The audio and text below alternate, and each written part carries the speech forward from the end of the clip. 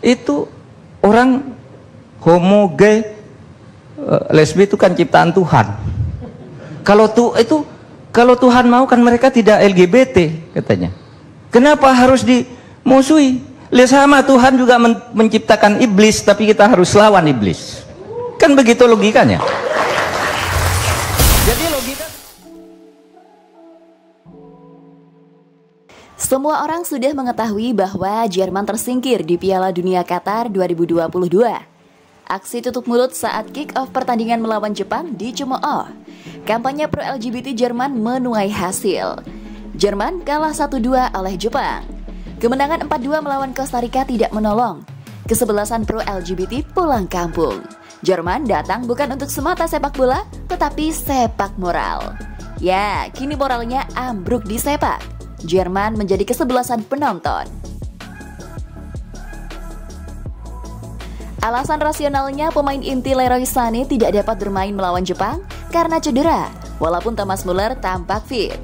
Kalah dari Jerman dan imbang dengan Spanyol adalah derita Jerman.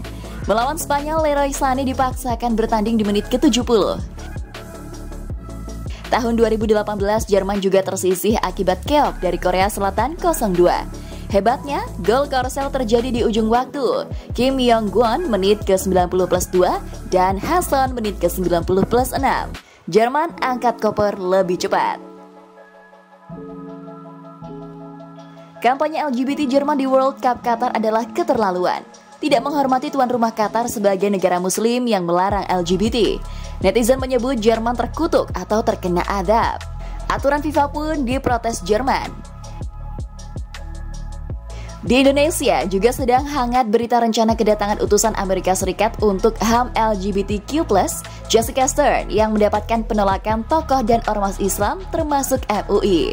Lawatan dalam rangka kampanye LGBT di 3 negara Vietnam, Filipina, dan Indonesia. Agendanya akan bertemu dengan banyak pihak. Based on things that happened. So of course last year we saw 71 people arrested in Egypt after some concert goers unfurled a rainbow flag at a music show. We saw 141 people arrested in Indonesia. At a gay party. And then we've seen country after country where people have been accused of conspiring to commit gay marriage. Amerika Serikat, khususnya negara bagian New York, memang telah melegalkan pernikahan sejenis sejak tahun 2011 dan California tahun 2013, sedangkan Jerman baru 2017. Kecenderungan prosentase penganut LGBTQ dari waktu ke waktu di berbagai negara semakin meningkat. Indonesia tidak terkecuali. Estimasi Kemenkes tahun 2012, kaum LGBT berada di kisaran angka 1 juta lebih. Jawa Barat adalah provinsi terbanyak. Sementara PBB menilai jumlah 3 jutaan LGBT di Indonesia. Itu pada tahun 2011, apalagi kini. Dalam agama, LGBT dimurkai oleh Allah Subhanahu wa Ta'ala. Ingat kaum Sodom di masa Nabi Lut? Begitu juga letusan Gunung Vesuvius yang melumatkan kota Pompei di Italia. Di Indonesia yang terkenal adalah Dusun Legetang, Banjarnegara, Jawa Tengah. Allah hancurkan desa Legetang oleh bagian dari Gunung Dieng karena penduduknya terpapar parah perilaku LGBT. World Cup 2022 di Qatar semestinya menjadi ajang persaudaraan dan sportivitas. Sayang, disusupi kampanye LGBT tingkat dunia. Dunia Islam harus bersatu melawan gerakan sosialisasi LGBT atas nama HAM tersebut. Duta World Cup mantan timnas Qatar Khalid Salman yang menyatakan LGBTQ+ menurut agama Islam adalah haram dan merusak pikiran diprotes habis oleh lembaga dan aktivis Human Rights Watch.